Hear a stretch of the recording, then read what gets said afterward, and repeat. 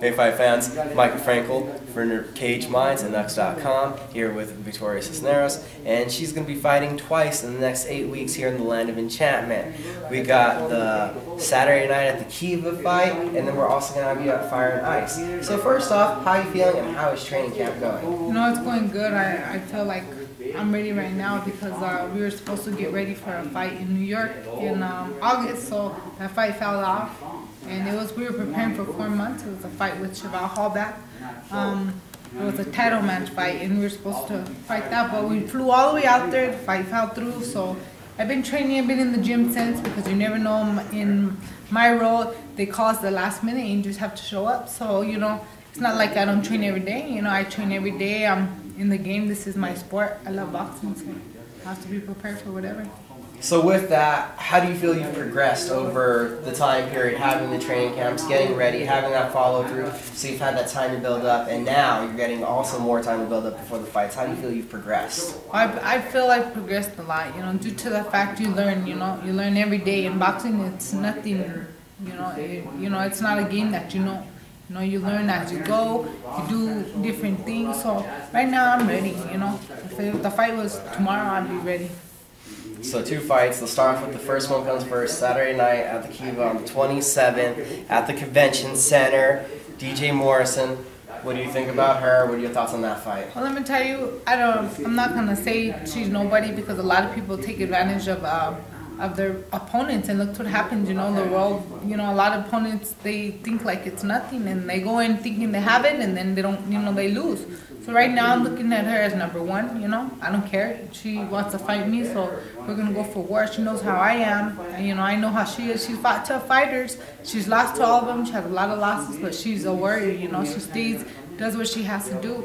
So right now, my fight plan is just, I'm going to go all out, you know, do what I'm always been out there to do, and train hard.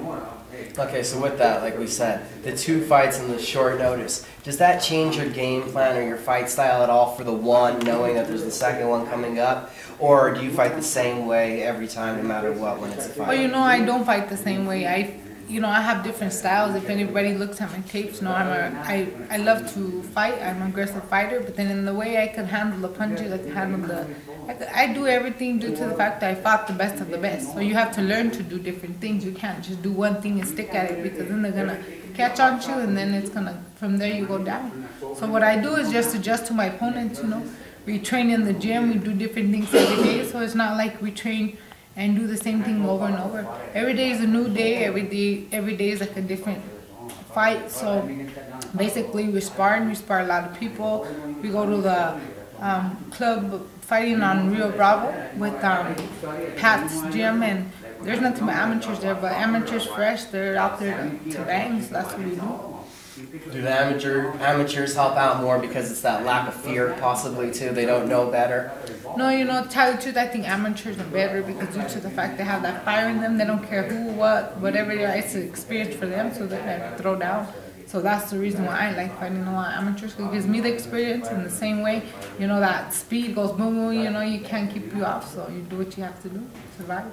For those of us that are going to be watching on the 27th, what do you think is going to be the difference between you and DJ? What's going to be the deciding factor in that fight? Well, you know, I have the heart. I don't care what anybody says. It takes a lot to get in the ring and do what you have to do. And she has heart too, but let me tell you, there's one thing, you know, I have 2 beautiful kids I have to survive and go back to, and that's what it's all about. I train hard, and every day is another war for me, so I'll be the outcoming fighter.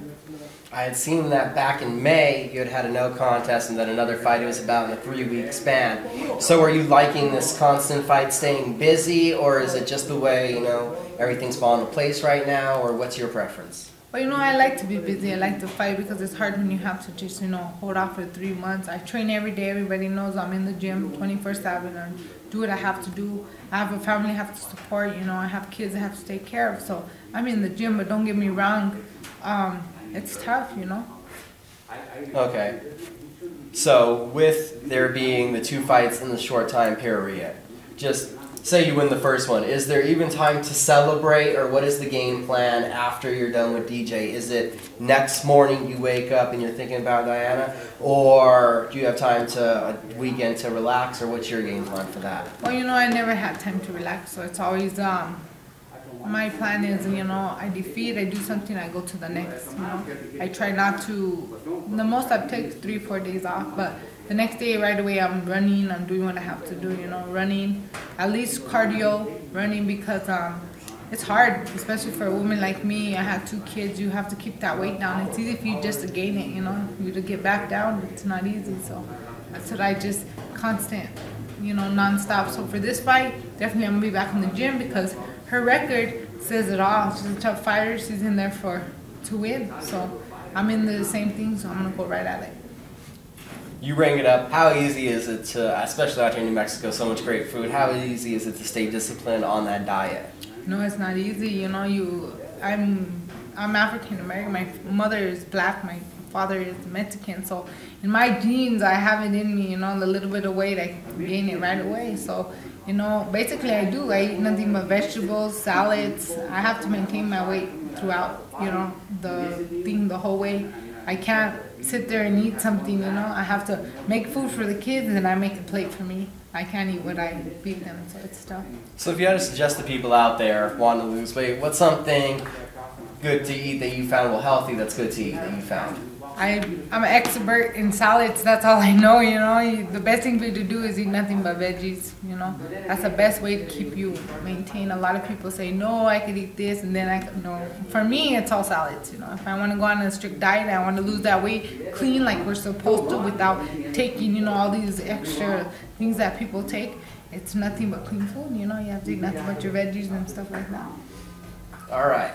So we've got the first fight on the 27th. We move forward after that one to December 7th. You got Fire and Ice, and that's a huge another night of fights, and a huge bout for you in particular with taking on Diana Prazak, right? Yes. And she's, I believe, ranked number 3 right now, and 3 weeks before she faces you, she's going to go at it with the number 1 ranked light featherweight for the WBC and the WIBA titles. Yep. So you have the chance in front of you that you're going to fight a 2 Well-time child, yeah, if she wins them, yep. So what do you think about that potential matchup? Either way, win or lose, her other fight. Well, you know, I always looked at, I look at every fight, you know, as wars.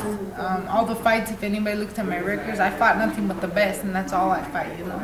You know, if you want to fight, you have to do it and go out there and fight the best. So I don't take her, I don't give her any advantages. I don't say, you know, she's better than me, because nobody's better than me. You could be ranked number 1 in the world, and you're not better than me.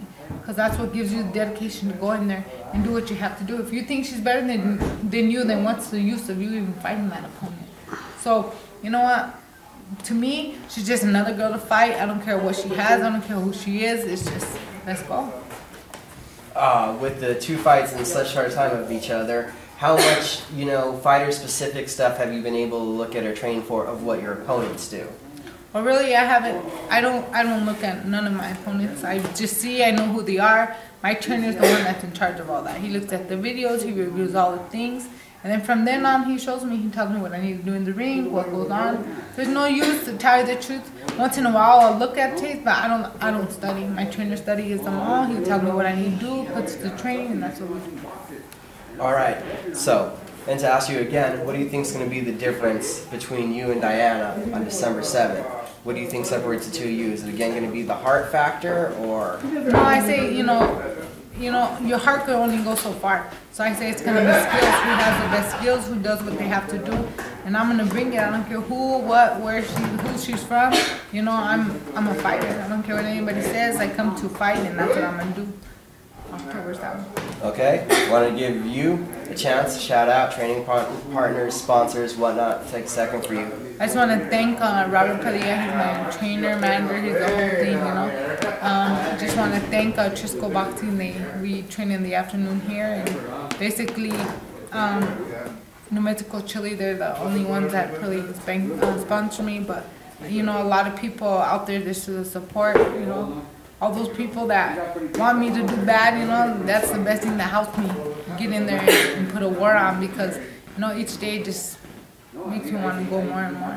And my kids is basically all I say thanks to. And you guys, thank you for the interview. You know, it takes a lot. It takes a lot of people just to, I know you have a busy schedule, a lot of people. Appreciate you guys. And if you could good, how can people find you on Facebook or Twitter? You can look me up on Facebook, Victoria Cisneros, with the Cisneros, and that's basically it. Or Robert Padilla. Give him a call. The number is 238-4455 if anybody wants anything to know about me. All right. So just everyone, remember, you're in the New Mexico area. 2 huge night of boxing coming up to the area. We got October 27th at the Kiva, at the Convention Center, and then also don't forget Fire and Ice, December 7th at Route 66 Casino. Victoria Cisneros will be on both cards. If you haven't already, sign up for the Nux Fan Forum, ask fighters questions, many other features on that. Thank you for watching. Have a good night.